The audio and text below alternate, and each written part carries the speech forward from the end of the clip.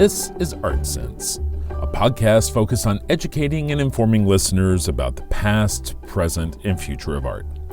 I'm Craig Gould. On today's episode, I speak with artist Donald Sultan. Sultan is a painter, sculptor, and printmaker who makes iconographic images with industrial materials.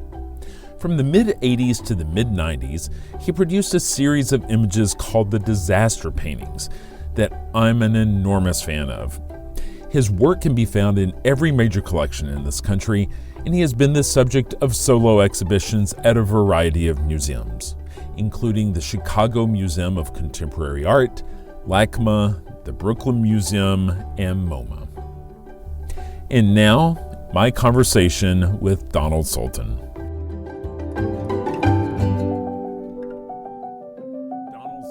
Thank you so much for joining me today on the Art Sense podcast. Donald, with artists, I usually like to start with a hypothetical, which is if you're at a dinner party and if by chance you were seated next to someone who had never heard of you or seen your work, how do you describe to them what you do and what your work looks like? Well, I usually tell them to buy my book, look it over. But if they want a quick thing, I'll say basically I use iconographic images with industrial materials. That's what I say. That takes on different forms, right? Your work traditionally has kind of been divided up into, I think, what you kind of group as artificial, natural, industrial. Are those themes that you kind of bounce back and forth, or? Yeah, and they cross-pollinate, So, but in the main, all of those images are more or less treated the same way.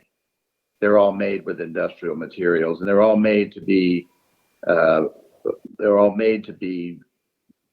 work, representative of work, and standardization, and things that repeat. Except for the disaster pictures. But disasters also repeat, as we know. And people ask me now, why I don't revisit those disaster pictures. And I always say, well, right now and in the last few years, there have been so many disasters that it's sort of pointless. The images just speak for themselves. I don't have anything to add to the fact that everything that seems to be stable and permanent has been shown to not be. And so I don't have any more to add to that. And every day you see that this is true. So I've gone on to other things. So basically that's, the florals were more or less flowers that were raised in hothouses. They're not wildflowers. And images that I use are more or less geometric versions of the flower or the fruit that I'm using. The black lemons that were inserted into the still lives were more or less a kind of a memento mori, but on the other hand, they existed in the still life. I made those objects, the lemons and the eggs, black, and put them in there. So they existed just like the fruit. So that's kind of how to go talk about meanings versus architecture. About the structures and meanings are the paradox. One of the things that I seem to come back to whenever I speak with artists is your work reflecting where you're from and reflecting your formative years. I don't think it's anything that is even necessarily conscious. Sometimes it's subconscious. And I've heard you talk about what life was like in your dad's tire shop in Asheville, North Carolina. Maybe you could talk a little bit about how there is some tactile things that were going on there that seem to really reflect your work today. Well, I didn't grow up in a home that was white collar in the sense that they were working people. My father had a sort of a tire, not just a tire shop, but he had mobile tire trucks that went out and serviced vehicles, and they sold airplane tires, and he had his own company that made their own tire brand. But it was all hands-on, and he had a lot of men that worked for him, and I grew up working with those men. And so basically what I felt close to was having hands-on work, and never was that comfortable with just the sort of illustrative quality of painting and drawing. I wanted them to be actually physically exist in space as an object, and that could be handled and embraced. So sometimes I would feel like, I was really making an actual thing rather than just an illustration of a thing. And I'm consistently that way. I like the weight and structure of the made furniture of the art, and also the images on the surface, which are more or less the meaning. I mean, someone once described these things as boxcars that carry meaning, and the things on the front should have actual physical weight as well as visual weight to go with them. But with the physical weight and the eye of the viewer or the eye of the artist is placed in a way that has a dialogue, that's not just a freight car. So I like the two things, the heaviness of the structure, I call the architecture of the canvas or the panels, and the fragility of the meaning that's on the front of it. And that's, those gouged and drawn and heavy, and they should have visual and physical weight on the front as well as the back. That comes from a working class feeling of American art really as a hands-on, nail the spike in the railroad line work, not as opposed to video or something that's more ephemeral. And I feel like sometimes I hear people use the word architectural when they refer to your work, because in most cases we're not talking about a stretched canvas. We're talking about a structure that you've built, right? And part of it's new materials. Most times there's repurposed materials. Can you tell me where did that start? Did that start in North Carolina or at the Art Institute, or when you got to New York in '75? When did you start building these structures to place these two? I started when I came to New York building them, really, because when I was working in college and working in art school, I had devised methods of using plastic poured polymers and working into it or painting under it, so that there was a series that looked like you were looking at the bottom of a stream with a thick kind of plastic magnifier. But to do that when I moved meant that I had to have drums of polymer, and I lived in a walk-up, and I said, I'm not lugging barrels of polymer up the stairs. So I was trying to find a way to have the same kind of object that I would make, and I stumbled upon some guys working with linoleum tile, and I asked them how they cut them, and he told me how. And so I got some from them, and I went home and I started cutting images into it and more or less inlaying images into the tile. So I realized that to do that, I'd have to have a wooden structure to glue them to, because they're heavy. But they gave me the feeling of if I thought of it as paint, it gave me the feeling that I wanted. I could embrace the whole art. So from there, I actually inlaid linoleum floors for a couple of my friends for their kitchen. And so I started making larger versions by cutting and burning and inlaying imagery into the tile. And so over time, the structure that held that vertically, because most tiles are meant to be flat on the floor, I had to devise a glue that would hold them vertically. And then I started using the tar on the top instead of the blue glue you use to glue them on the floor. The black boulder, or whatever you call it, it's like a black glue for holding linoleum, but it won't work vertically. So I started flipping everything around, and I got between those two things, I had an enormous range. So instead of if I made a table that looked like a factory, I could actually cut the image out and put it in there. So you really had that image and that table. You didn't just have a drawing of it. And that's kind of where I pursued that feeling. I mean, my feeling of these, I had a book out called the Theater of the Object, which incorporated my training in theater. And I did design sets. I worked on sets. I did set painting, and I acted. And I was going to be in the theater, but so in a way, these were also stages because I work on them flat and vertically, and they're standardized. So basically, I haven't moved off of that dime. I have done a couple of stretched canvases, and I like those too, but I didn't do very many of them. So, that's where that all comes from. It just comes from a feeling that, rather than, I don't really know how to say it. I really feel like every painting I make is like a human that you're actually embracing rather than just talking to. There's a term that I hear thrown around a lot in art criticism, and that's a discussion of the picture plane. And I feel like that's something that I see you engaging with in your work.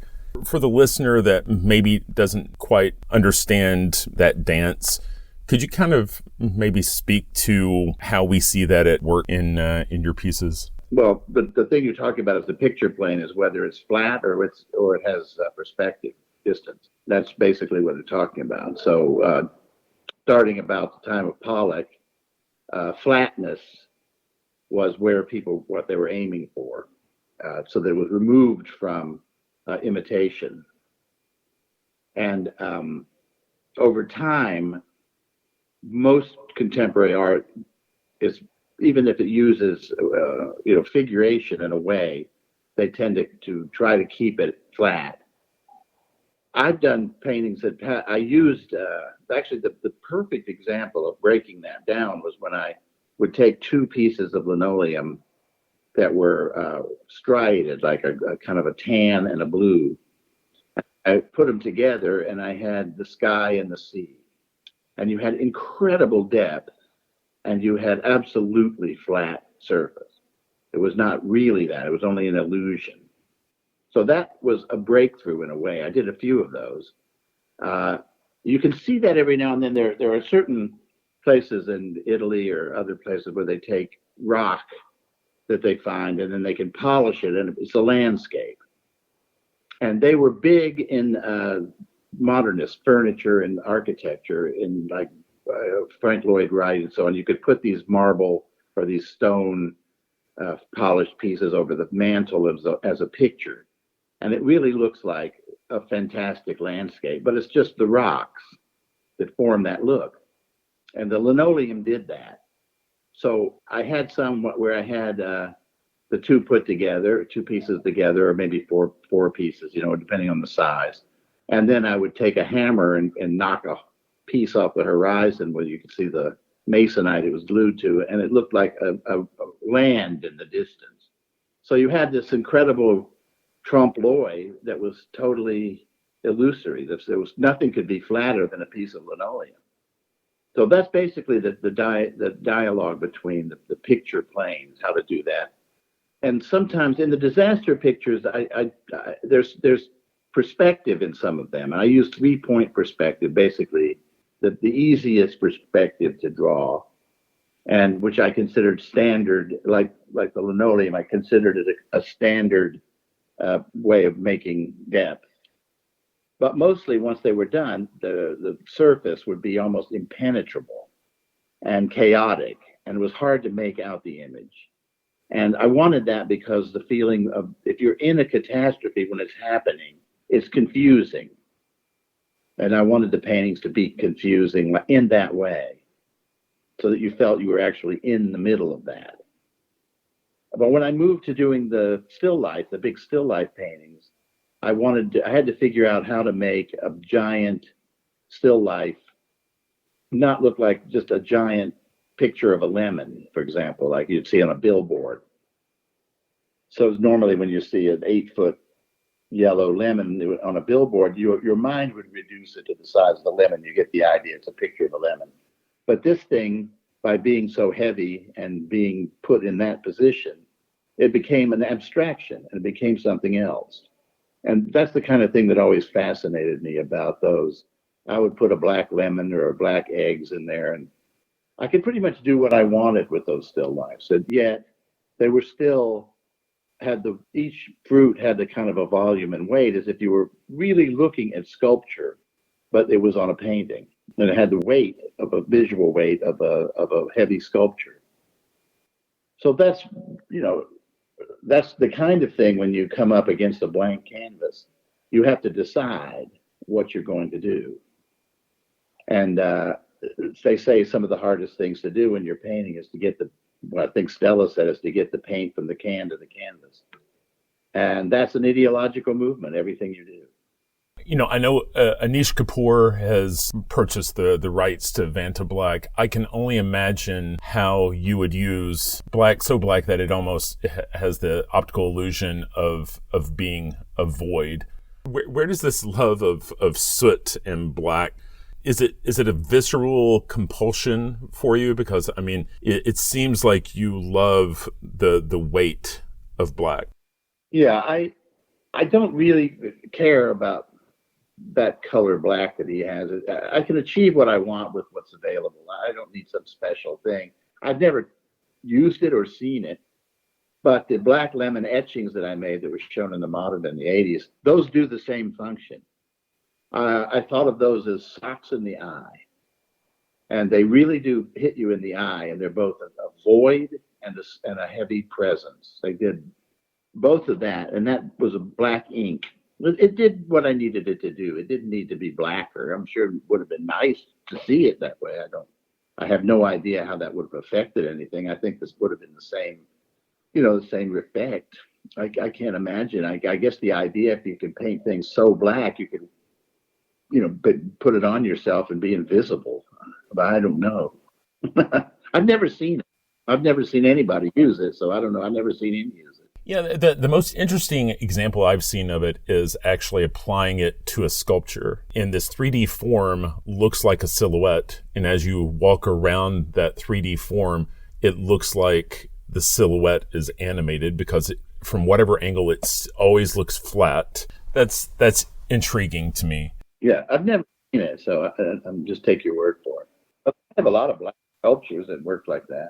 So tell me about your printmaking. Your body of work includes sculpture. We can call them paintings, but they're really creations. They're objects. They're almost like reliefs because they're coming off the walls. But tell me about your printmaking. I know that you have been using a process on copper plates that's a little bit different than some folks that do printmaking. Can you maybe tell us a little bit about your process there? Well, the first time, I haven't done etchings for a long time, but the first ones I did with I guess the first ones I did were small tulips, and they were done as a little series. I decided that I had been drawing tulips with charcoal, like I ended up with the black lemons too. And because I wanted to make natural looking things like tulips become compression and sooty, made like they were made with soot from a factory. And then the lemons I did because they were taking charcoal or something and compressing it so densely that it had that weight and void at the same time. At the same time, I was trying to break down the edges. So when I went large with those, I used roofing copper, which is slightly softer, and it's not as polished, so it has a tooth on the naked copper. So when you ink it, you're going to have a kind of a ground that will, no matter how much you wipe it, you're going to have a slight ground to it. So it was not just white. And then I did something which I believe has never been done before. I used the aquatint as powder. Most people, when you do aquatint, you melt it and then you stop out to do certain things, and you work with it melted on the plate. You draw on it in different versions of acids and so on. But these I did, the whole plate was dusted like soot, and I took paintbrushes and I cleaned off around the lemon so that the edge was not hard. it was drawn sort of in reverse, and then I melted it where the black was going to be. And that, by doing that, you had some of the brushed rosin stick into the imperfections of the copper. So when we etched it in the acids, you came up with almost this black, not quite, almost like you see the big images of the sun. You have a kind of gas coming off the edge. They're not hard edges. And it almost looks like a cave painting. And I did that because the etchings to me were again, industrial. It was materials used for buildings. Now I've been using serigraphs, and which I like as well, because that's what you print with. You know, you print broadsheets, you can print, when I did lino cuts in France, you know, the guy was also made, you know, theater tickets and posters and stuff. It's just an industrial machine. And I think of the beauty of prints is that ideally you should make a print that you can make as many as you want in an edition, and they'll all be the same. I like that. I don't believe in doing mono prints or things like that. I like the fact that printmaking, whatever you do, is something that you should be able to do. A printer should be able to do over and over again. So again, it's all part of the idea of, you know, mass production, even though they're limited editions. I love that fact about printmaking, and you know, thinking of Toulouse-Lautrec and lithography. You know, all those posters. Once he did the first ones, they could make many of those posters, but they're still art. I think that's great. You know, so that's where that all comes from. I do a lot of printing now, woodblock too, especially the Japanese woodblocking. To me, that's like the lemons in a way. That's a kind of washes of color that are soft, and very few people can do those printing. It'd be the printers that do that. And mostly the Japanese can do that. That's a special kind of printing. And I really love that, but it's very rare to find somebody to do it. And I haven't made very many of those. I made most of them at Tyler Graphics. And then I had a printer for years who could do them with me. And they're just beautiful, like the drawings, like watercolors. They look like watercolors. And, you know, it's on wood, but it's magnificent techniques.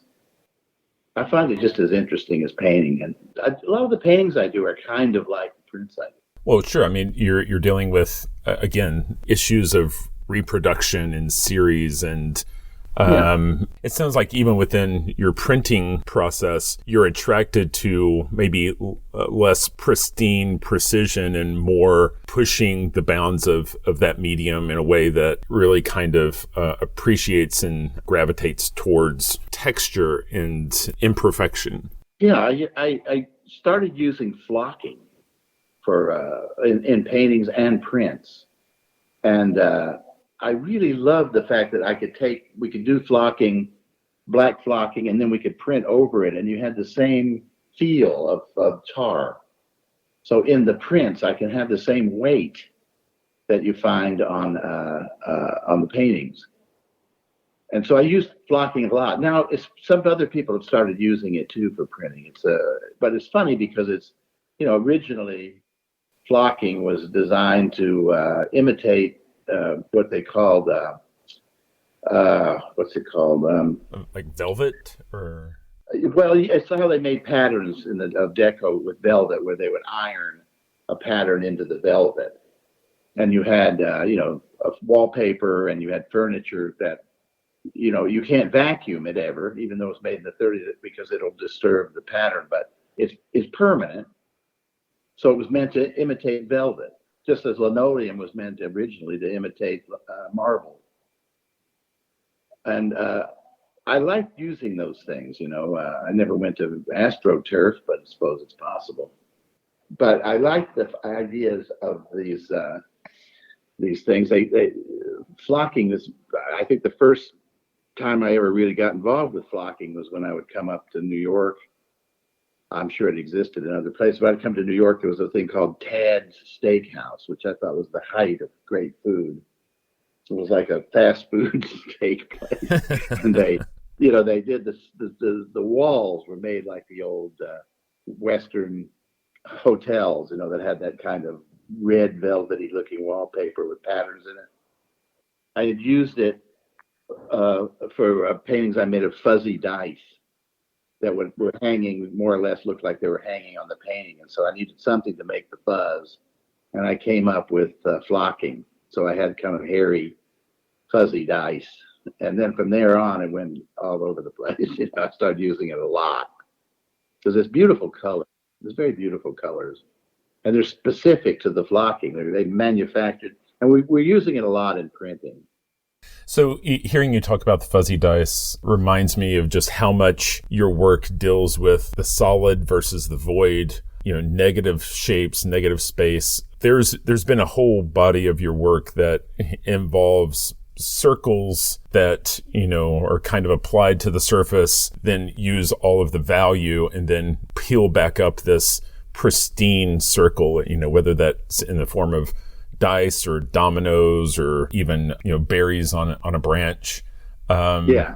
Can you tell us kind of what attracts you to that and how you use that? Well, the idea that I've been working with now with that are called mimosa paintings and drawings, and they're based on the little yellow mimosas you find in the south of France, and they grow in the mountains. And been working with that for a while. But what I love about it is it's kind of like having the hand, and the machine working together. I mean, they could easily be wires, electrical wires that have those circles on them to define between the negative and the positives, or they separate wires one from another so they don't touch. Like a tangle of those with those kind of little berries on them, But it's meant to be more or less a sort of a manufactured naturalism. And I really like doing it because it's surprising to me when I do it. Every one of them is surprising. And I always want to be surprised. When I'm working on a painting, I like to feel that as I approach the painting, it begins to loom over me, whatever size it is. But the approach of a painting should have a feeling that you're approaching a sculpture or an architect. It has to loom over you or give you the feeling of its power when you approach it. So I work on these things, and in various ways, it has that qualities. The first ones I did, I was trying to recreate the drawings I had. And I wasn't sure how I was going to do it. So I had been using the little sticker dots on the drawings and then using charcoal. So I started working with the tar and the circles, and then I kept adding more and more, and then paint and this and that. And the first one I did, which is now at the Fort Worth Museum, they got it, and it's really got a lot of layers of handwork over these machine dots, which are kind of like taking something that precious and shooting it full of holes. But anyhow, somebody looked at it and they said, well, how did you come up with that? And I said, well, I have a philosophy that you can't fail if you don't know what you're doing.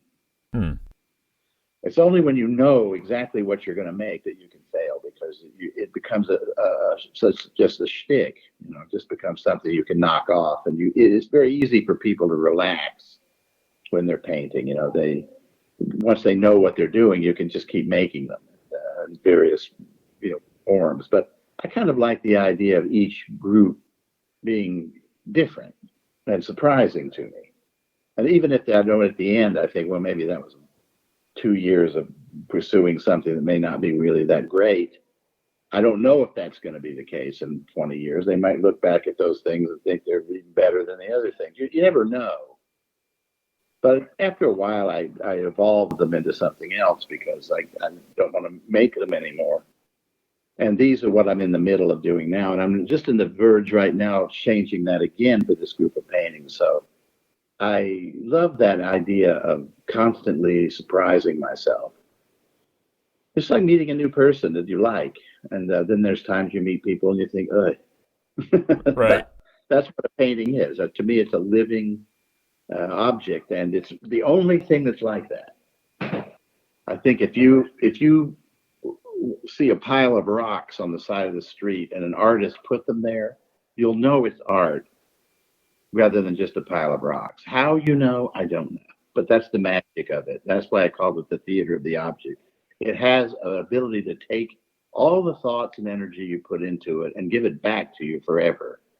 I just love that about painting. Some artists that would have been as long into your practice as you may find themselves just conceptually feeding the dogs dog food and having studio assistants do a lot of the execution. But my sense of your practice, and you can tell me more about this, is that you kind of thrive in the process with your sleeves rolled up. I've heard you say that, don't make new ideas, discover them, right? That, yeah, that's right. I've also heard you say that, the more that you study technique, the more your work's going to become like someone else's. So I feel like you kind of thrive in this isolation, in your studio, and you're there on a path of discovery. Can you tell us about that? I know you probably still open yourself to seeing other people's work, but how do you channel it in a way that it's your process, it's your discovery? Well, first of all, I want to say that I do have assistants who work on the painting quite a bit, but they only can follow my instructions. I mean, I set it all up, and then there's just work like priming something or painting the white backgrounds and stuff. So, I mean, there's other people that help, but the final thing, I mean, the work itself is all mine. And I invented this way.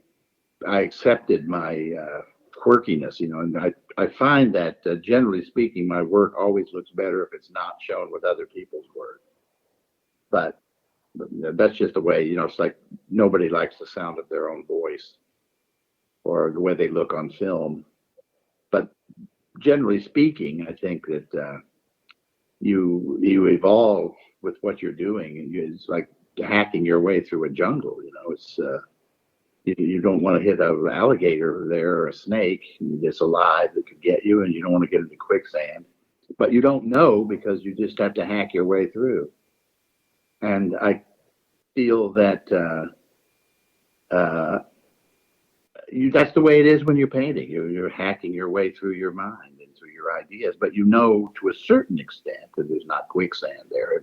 I know the jungle terrain better now than I might have some years ago, but going through where there was quicksand is how you discover these things, how you discover your path. So I don't know what else I can say about that. I just keep following the paintings to tell me what to do. I don't really impose more or less myself on them. I start with an idea, but the painting will say, okay, stop. Or the painting will say, no, keep going with this. Just don't stop. You need to do this, or do this, stop here and do another painting. And I learned that actually when I was friends with a woman artist that was very close to me. And she was a really terrific artist, and she asked me to come to her studio, and she showed me her painting, and I said, God, that's just great. And about 3 months later, she asked me to come look at it, and I looked, and she'd painted out the painting and painted another painting. And I said, it looks great. And then finally, after 4 or 5 times, I said, you've had 4 great paintings, and none of them are better than the other one. But the reason you kept cutting them out and doing them over again is because you didn't have self-confidence. But in the end, all of them were good because she was good. That's just interesting to me. There's a question of like, stop and do another one. You'd be surprised. But, it's this nagging feeling that you have to keep doing something differently because but you didn't really. There does seem to be a fragile mental state there for many painters, wanting people's feedback. But if you don't get the right feedback, some painters can get off track for months or years. Bad to have people come into your studio while you're working on something. I really feel like it's bad to have people come in until you're done with the painting. Anything they say can inform you or change something that you don't want, and you shouldn't have their things in your mind. But once you've finished it, you can have somebody come in and talk or have a cigarette, and do whatever you want. But I don't want somebody to know or put any feedback at all into something I'm working on. I don't like it. It's like somebody throwing salt in your goddamn stew before you finish making it. It's ruining it. So, I know it's been said before that you shouldn't let somebody know what you're going to name your baby until after the baby's born, because they won't argue with you about the baby's name once but they'll give you all sorts of opinions before the baby's born. Yeah. Well, you shouldn't decide the name till you see the baby anyway. Right. Exactly. I find that, a lot of times when you're done with the painting, it kind of needs to mature on the wall. I find if you can live with it for a week, 10 days, 2 weeks, and you're not obsessed with something that you feel like you need to change, then it's probably done. But it's hard to say that it's done and, right at a specific moment. It's probably the hardest thing that artists deal with is knowing when a painting is finished. What do you think? Well, you have to stop painting it when it's complete, when it's not a closed system. I used to say there's nothing more depressing than a finished painting. So every painting should have lead to another painting. You should always say, okay, stop, do another painting and see what you would do differently. But if you keep working on something until you think it's finished completely, then it's probably a bad thing. It has to be open-ended, and there has to be wonder in it, and say, as to where does that come from, and where does it go, and it has to give possibilities. It's like a person who has a fixed opinion. And they're not very interesting people. They can't change their mind. Mm-hmm. I mean, the most wonderful thing is to listen to somebody who gives you a story or something, and the story is open-ended. Right. That's why often I think that most movies is art for lazy people, because it's done in the beginning and ending, middle, beginning, start, middle, and end, and the end wraps it up, and it's done, and you can go out and. Yeah, I just think it has to be open-ended.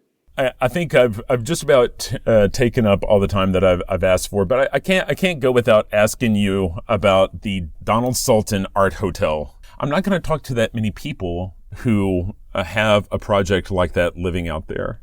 Can you tell me how that project came about? That project came about through a collector and a person I was working with at Knoedler at the time, and. Originally, he wanted to make a series of art hotels in which artists would do the decor of the hotel, the whole thing, not just hang art in it. So he came to me and he said, "Would I do one?" And I said, "Yeah." He said he wanted to do one in Chicago and in Florida and various places. And he had different people. He wanted to do one in Rome, and he had artists for each one. He wanted me to do Chicago. And I said, "Oh, that sounds great. I'd love to do that." But then something happened, and the person that he was making a hotel in Budapest, and it was becoming a problem for him. I mean, the decor of it, and the people were fighting, the designers and the architects. And he asked me if I would just make that an art hotel. And I said, well, I would do that if I didn't give up my chance to do one in Chicago. He said, no, you wouldn't. So I said, okay. So I flew to Budapest, and I mean, we had, it's like an 8-hour flight, something like that, like 9-hour flight. And we arrived in Budapest. We went to a hotel, and I tried to go to sleep, take a nap, but they said, no, there's we need you downstairs to talk so you can see what's going on. So I walked into a room filled with people. There was the builders, the architects, the people doing the design of the interiors, this and that. And he said, "This is Donald Sultan, and he's taking over the look of the interior of the hotel, and you all have to do what he said." And I thought, well, now wait a minute here. That was not what I did not realize. I thought I was just going to look to see where I would put artwork, not that I would do that. So then he said, we want to put a fountain in the lobby. And so I said, well, yeah, that's a great idea. But it turns out they had not built the floors of the lobby to be able to support a fountain. It's heavy, and they needed water and grain, all this stuff. So I had to figure out how to do a fountain in the middle of this place. But then basically, so then I had to do a tour of the place. And they showed me what they were doing, what they wanted to do. And I basically said, you have to get rid of all this furniture. None of this furniture is good. And I did it by, they had these end tables in their room they were showing as a showroom, and beside the bed, and by the table, so on. And it was sort of shaped like, I sat on it and I said, and they said, well, what do you think? I said, well, I have to think right now because I'm sitting on the toilet. Because that's exactly what the end tables looked like. They looked like a toilet. They're kind of oval. I said, yeah, get rid of all this.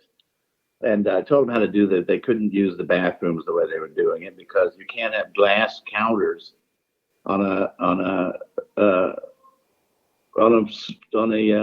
sink in a bathroom because everything shows. The toothpaste and everything will be stuck to the glass. So gradually, I ended up doing the whole thing. I told them what colors to use on the furniture. And I told them, because they had the back where these old 18th century, what were fishermen houses, and they were painted in the colors of the Hungarian, those places. There was kind of pinks and blues. They were really beautiful paint jobs. So I said, we'll just do the interior and rhyme those colors that we'll see through the glass of the windows and make it all come forward. So we ended up doing that. I did all the carpeting. I did all the design of the rooms. I did carpets for all the rooms, and I did put art and everything. It was really an incredible project. And I thought that I was going to have, a piece of the hotel. That was part of the deal. But somehow or another, the guy went into bankruptcy, and some other company took it over. And so somehow the thing that I had signed with him wasn't really valid. But anyway, I did the thing, and I still my name on it, and it's a gorgeous hotel. Really has a lot of art in it. I mean, all the carpets are fun, and it's nice. It's a very, very popular hotel. But I mean, your fingerprints are everywhere, right? I mean, I mean, this goes back to your theatrical background, right? The production design. I mean, carpets, the interior design, right down to teapots and service plates and dishes, right? Yeah. We did the playing cards. Yeah. And the rooms all have carpeting that are based. They're slightly different colors on sort of alternating things. I can't remember all. Oh yeah, all the rooms have basically the same color, but the image on it is as if you drop spools of thread, and so there's white thread going through them. There's spools of thread, and then there's like gray sewing needles threaded that are laying on the floor, embedded in part of the design of the carpet. And so every now and then you feel like you have to pick something up. It looks like you dropped a piece of paper or something on the floor, but it's just the design. It's just a white spool. And they're really fun. They're really nice carpets. And I just pared down the colors of the room. And in all the bathrooms, we put a little sort of a cast iron grill, like a flower trellis of cast iron flowers in there. It's like a grill for a window in a, decorative window in old buildings. And then I think I don't really remember exactly what the sinks are like, but it's all pretty simple, and they're very nice. I have the black and white domino carpets that I had made in France. I had those reissued for all the wall carpeting in the lobbies. They're black dominoes with white dots on a gray back. And there's a lot of drawings of color.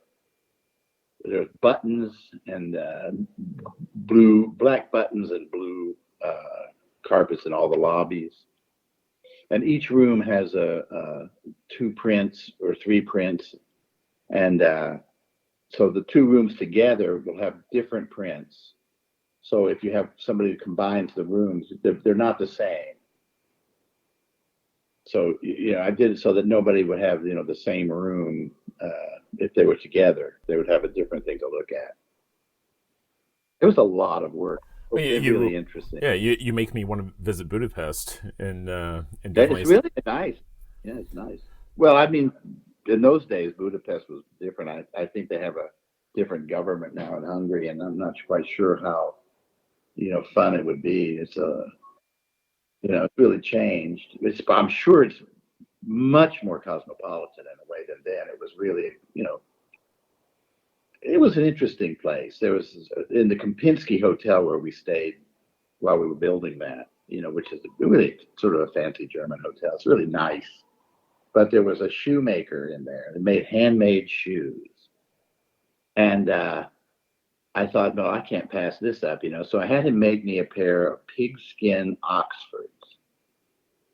And they were $21, And I still have them. And they're some of the most comfortable and beautiful shoes I've ever had. And he's still there, I think. But now they're, $2,000 or something a shoe. Because they're like, John Laubers. They're handmade with a last and all that, It's like that. But there was, a few places to eat. And, you had this sort of group of artists that were still bohemians, the older men, the intellectual guys that would come and have dinner with us and talk about art, It's something you won't find anymore here. I'll tell you that.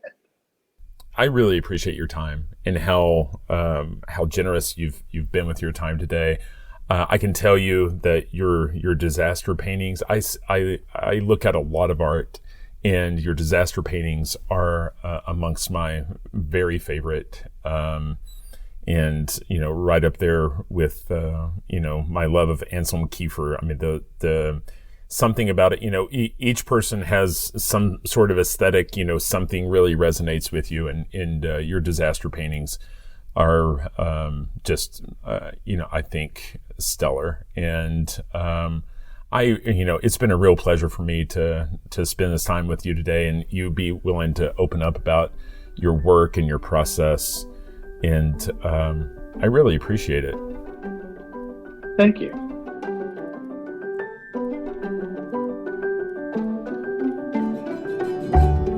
That's all the time we have for this week. You've been listening to Art Sense. You can find the show on Apple Podcasts, iTunes, Google Play, Stitcher Radio, Spotify, or your favorite podcast app. If you've enjoyed this podcast, be sure to subscribe, and while you're there, please rate the show and leave a quick review. Your feedback is the key to other folks finding us. If you'd like to see images related to the conversation, read a transcript, and find other bonus features, you can go to cambia.art and click on the podcast tab. If you'd like to reach out to me, you can email me at craig@cambia.art. Thanks for listening.